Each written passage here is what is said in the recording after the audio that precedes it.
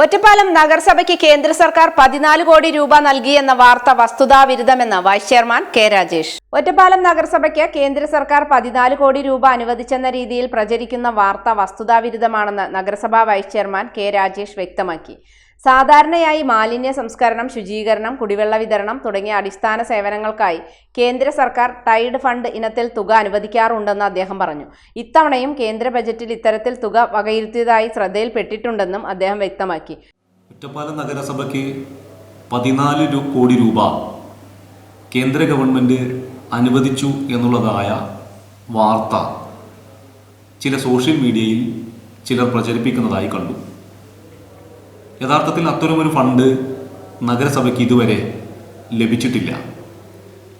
സാധാരണ നിലയിൽ കേന്ദ്ര ഗവൺമെൻറ് മാലിന്യ സംസ്കരണം, ശുചിത്വം, കുടിവെള്ളം ഈ കാര്യത്തിന് ടൈഡ് ഇനത്തിൽ ഫണ്ട് അനുവദിക്കാറുണ്ട്.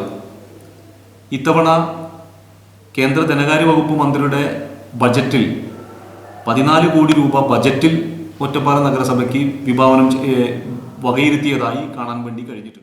എന്നാൽ ബജറ്റിൽ വകയിരുത്തുന്ന മുഴുവൻ തുകയും സാധാരണയായി ലഭിക്കാറില്ലെന്നും ലഭ്യമാകുന്ന തുക ഉപയോഗിച്ചാണ് ബന്ധപ്പെട്ട പദ്ധതികൾ നടപ്പാക്കാറുള്ളതെന്നും രാജേഷ് പറഞ്ഞു.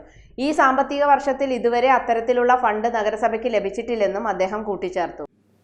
സാധാരണ നിലയിൽ ബജറ്റിലുള്ള സംഖ്യ നമുക്ക് പൂർണ്ണമായും ലഭിക്കാറില്ല.